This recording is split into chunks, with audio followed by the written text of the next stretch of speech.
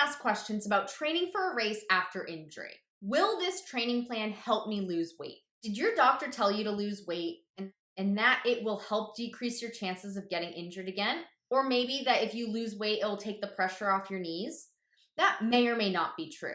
I'm not here to tell you to lose weight or to not lose weight. That's your call. But consider this. Skinny runners get injured too. Skinny runners have pain too.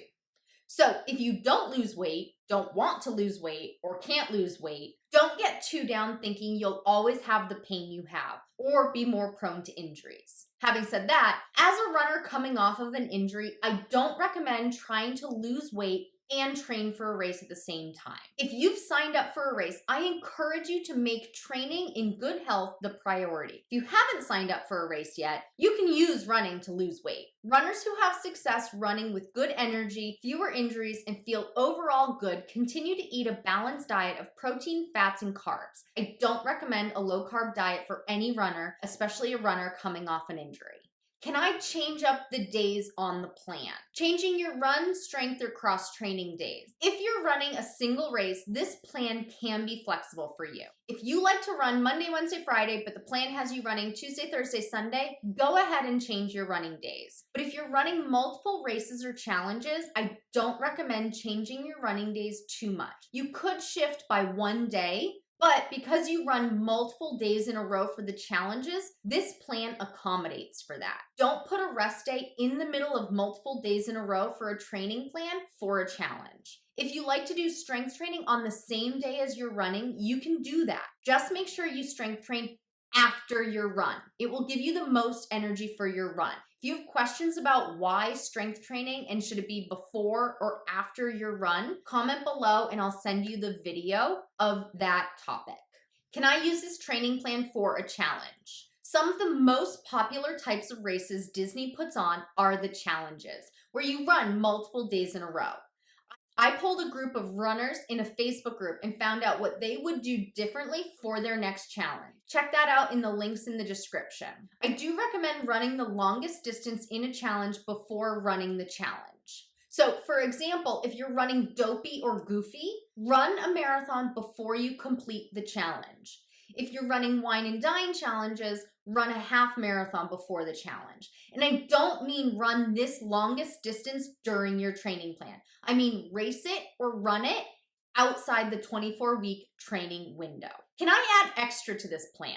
No. Follow this plan to a T. Don't add extra runs, walks, strength workouts, or anything else. Runners training for a race after injury need to ease into their training. Unfortunately, many runners follow a plan, kinda. And they follow the plan, but add their own extras thinking more is better. More is not always better, especially when you've had an overuse or overtraining injury. An injury that is literally caused by doing too much. Instead, follow this guide as it's laid out. Are there long runs? The long run each week is listed on Sunday. This is a slow and easy run. The pace should be 30% slower than race pace. Many runners make the mistake of running too far. The longest run in this training plan is also at least 30% shorter than the longest distance in the race. Many runners make the mistake of running too far on their longest run of a training plan, thinking they need to practice running all those miles. Because the long run should be 30% slower than race pace, you only need to run 70% of the race distance to be able to run that race. So if your goal is a half marathon, you only need to run 10 miles as your longest run. You will be doing your body a favor by slowing down and not running as far on your longest runs. If you want to see an example of that, check the link in the description. Long runs are slow, easy, conversational, 30% slower than race pace, and the longest run in a training plan should be 70 to 80% of the total race distance. Said another way, that's 20 to 30% shorter than race distance. Are there shorter runs? Shorter runs are incorporated earlier in the week on Tuesday and Thursday for most training plans. These runs should be a mix of progression, tempo, hills, and race pace. What's a progression run? This type of run is a shorter run where you progressively run faster at a designated interval. So every 1/10 of a mile, you run 1/10 of your pace faster. Progression runs help improve speed. What's a tempo run? This type of run is a shorter run where you run at a designated pace that's slower than race pace, typically by about 30 seconds.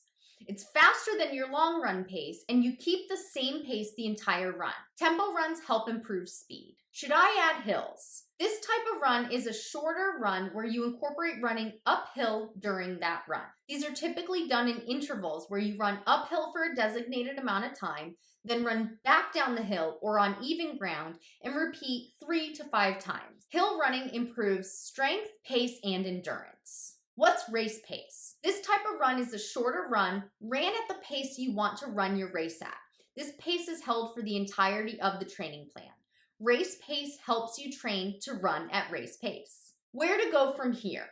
If you're at the timeline when your race training starts, follow the plan as outlined and train.